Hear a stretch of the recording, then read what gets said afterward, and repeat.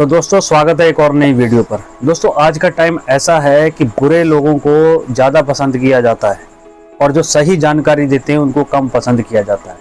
जो YouTube पे गलत इन्फॉर्मेशन देते हैं उनको ज़्यादा सब्सक्राइबर मिलते हैं, ज़्यादा लाइक मिलते हैं, उनका वॉच टाइम भी अच्छा आता है। तो दोस्तों जो सही जानकारी देते हैं उनको ना तो लाइक मिलते हैं ना ही सब्सक्राइबर मिलते हैं। तो दोस्तों आपके भाई का जो चैनल है एक जानकारी देने वाला चैनल है जिसका नाम है रिंकू वीज़ा गाइड, जो कि मैं वीज़ा से रिलेटेड जानकारियां देता हूं। तो दोस्तों आपको अब मेरे चैनल को सब्सक्राइब करना चाहिए कि नहीं करना चाहिए ये आपको डिसाइड करना है, क्योंकि मैं गलत जानकारी नहीं देता, ताकि जो भी मेरी ऑडियंस है, जो आप लोग मेरे पे देखते हो, इतना मेरे पे भरोसा करते हो, तो दोस्तों मैं नहीं चाहता कि मेरी कोई भी आप लोगों में से किसी को भी कोई परेशानी हो मेरी वीडियो की वजह से। तो दोस्तों आज मैं एक ऐसे टॉपिक पे बात करने जा रहा हूं। दोस्तों आज मैं आपको बताने जा रहा हूं कि अगर आप कनाडा का वर्क परमिट अप्लाई करना चाहते हैं तो दोस्तों सावधान हो जाइए। बहुत से एजेंट आपसे ऐसे ऐसे झूठ बोलते हैं, ना तो आपका वीज़ा आता है और ना ही आपका पैसा वापस होता है, और आपके साथ सीधा होता है धोखा। आज इस वीडियो में मैं 5 बड़े झूठ पर्दाफाश करने जा रहा हूं जो एजेंट अक्सर जब किसी का वीज़ा अप्लाई करते हैं तो उनसे बोलते हैं।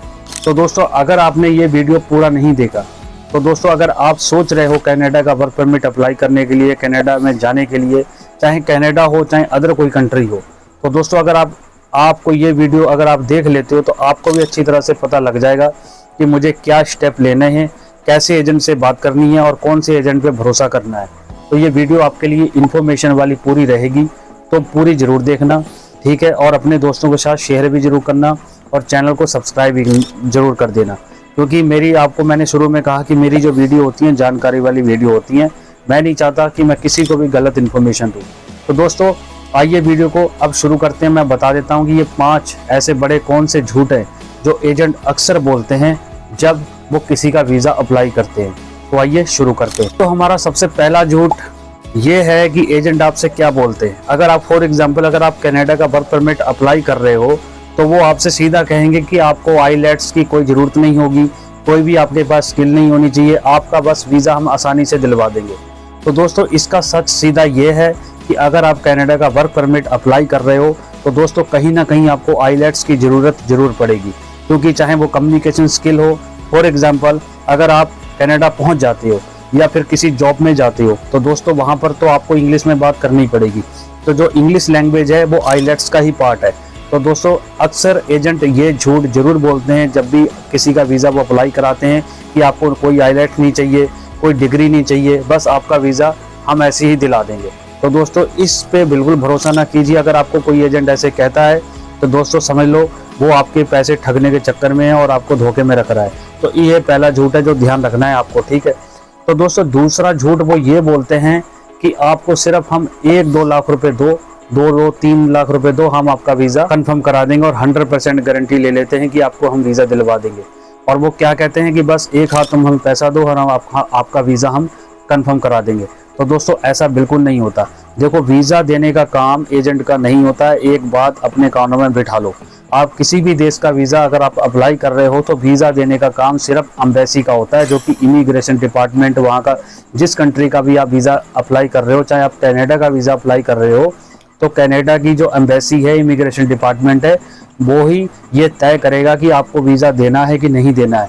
अगर एजेंट फिर भी गारंटी ले रहा है कि मैं आपको 100% गारंटी देता हूँ कि आपका वीज़ा आ जाएगा, तो समझ लो दोस्तों वो आपके साथ धोखा कर रहा है। अगर फिर भी आपको उसको पैसा देना और आप पे उस पर ट्रस्ट करना है, अगर एजेंट आपको जोर बना रहा है तो आपको कुछ नहीं करना, आपको एक उसकी वीडियो बना लेनी है कि हाँ भाई, तो वीडियो में ये बोल दे कि मैं आपकी गारंटी ले रहा हूँ 100% कि आपका 1-2 महीने में वीज़ा आ जाएगा। तो जब भी अगर आपका वीज़ा फॉर एग्जांपल नहीं आता है तो कल को आप कानूनी कार्रवाई उस पर आसानी से कर पाओगे, ताकि आपका पैसा वापस उससे मिल जाए। तो दोस्तों इस बात का खासकर ध्यान रखें, वीज़ा देने का काम सिर्फ एम्बेसी का होता है, एजेंट का नहीं होता है।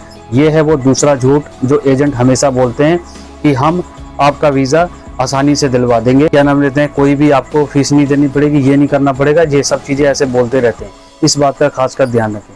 और तीसरा झूठ दोस्तों वो ये बोलते हैं कि क्या नाम लेते हैं, हम आपका फेक जॉब ऑफर लेटर बनाकर हम वीज़ा अप्लाई करा देंगे।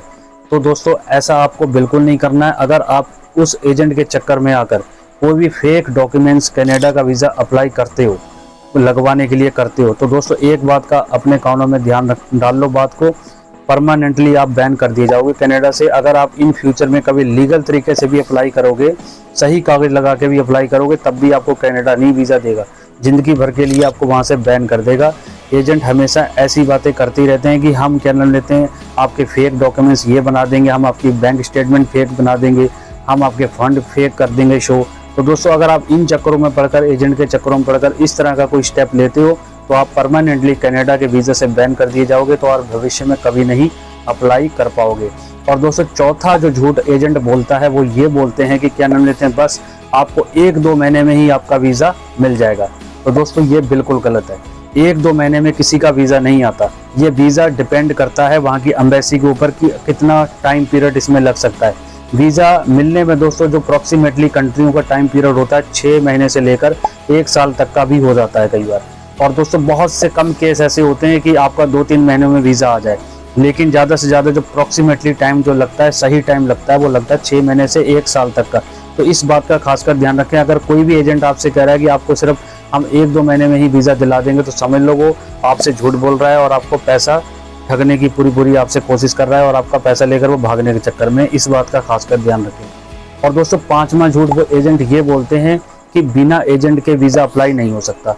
तो दोस्तों ये बिल्कुल गलत है। अगर आप थोड़े पढ़े लिखे हो, आप क्वालिफिकेशन वाले पर्सन हो, आपको नॉलेज है, एक्सपीरियंस है, तो दोस्तों आप खुद भी कनाडा का वीज़ा अप्लाई कर सकते हो। वो कैसे अप्लाई कर सकते हो, कनाडा की ऑफिशियल वेबसाइट है जिसका नाम है CICGC.ca। इस वेबसाइट पे जाकर आप अपने डॉक्यूमेंटेशन के अकॉर्डिंग ही अपने जो भी आपके डॉक्यूमेंट्स होंगे आप खुद से जाकर अप्लाई कर सकते हो। तो दोस्तों आपको किसी एजेंट की भी ज़रूरत नहीं पड़ेगी और जो भी एम्बेसी फीस होगी आप अपने कार्ड से पे कर सकते हो और दोस्तों आसानी से अप्लाई कर सकते हो। तो आपको एजेंट बड़े झांसे में लेने के चक्कर में ये कहेगा कि नहीं, आप बिना एजेंट की हेल्प से वीज़ा नहीं अप्लाई कर सकते। तो ये 5 झूठ जो मैंने आपके साथ डिस्कस किए हैं, जो एजेंट अक्सर बोलते हैं जब किसी को, जो इमिग्रेंट्स होता है, जब उनको अपने कब्जे में लेना हो और पैसे ऐंठने हो किसी से। तो इस बात का खासकर ध्यान रखें। आप किसी भी कंट्री में जा रहे हो, चाहे वो ऑस्ट्रेलिया हो, कनाडा हो या यूरोप की कोई कंट्री हो या फिर गल्फ कंट्री हो, तो एजेंट आपके साथ बहुत बड़े लंबे पापड़ बेलेंगे कि आपका ये कर देंगे, आपको इतनी सैलरी दिलवा देंगे, ये जॉब दिलवा देंगे। तो इस बात का खासकर ध्यान रखें। आपको पहले किसी भी एजेंट की अगर हेल्प लेनी है, देखो सभी एजेंट गलत नहीं होते, मैं ये नहीं कहता कि सभी एजेंट गलत होते हैं, कई एजेंट सही भी होते हैं। पहले सभी एजेंट जिससे भी आप अप्लाई करा रहे हो उसकी वेरिफिकेशन, उसका बैकग्राउंड वगैरह चेक कर लीजिए ताकि आपको कोई दिक्कत ना हो। ये पूरा वीडियो बनाने का मेरा यही मकसद था कि अगर आप कनाडा का वीज़ा अप्लाई कर रहे हो या किसी एजेंट के थ्रू आप वीज़ा लगवा रहे हो, तो आपको जानकारी होनी चाहिए। मैं नहीं चाहता कि आप मेरी ऑडियंस हो, आप लोगों को इतनी मेहनत से पैसे कमाते हो, आपका पैसा बर्बाद हो जाए। तो दोस्तों इस बात का खासकर ध्यान रखें। वीज़ा अप्लाई करने से पहले वेरिफिकेशन प्रॉपर कर लीजिए ताकि आपको कोई भी दिक्कत ना हो। तो दोस्तों इस भाई, अगर आपका कोई सवाल है, अगर आपके साथ कभी भी कोई धोखा हुआ है, तो आप मुझे कमेंट में ज़रूर बताइए, ठीक है। और अगर क्या नाम लेते हैं और भी कोई वीडियो में टॉपिक चाहते हो तो ये भी लिख देना कमेंट में। और आपका क्या कहना है इन 5 जो मैंने झूठ आपको बताए हैं, जो एजेंट बोलते हैं, आपका इसके बारे में क्या कहना है, ये भी आपको मुझे बताना पड़ेगा कमेंट में, ठीक है। और दोस्तों मेरे चैनल को अगर सब्सक्राइब नहीं किया तो दोस्तों सब्सक्राइब जरूर कर दिया करें ताकि मैं वीडियो ऐसी लाता ही रहता हूँ ताकि आपको पूरी जानकारी मिलती रहे।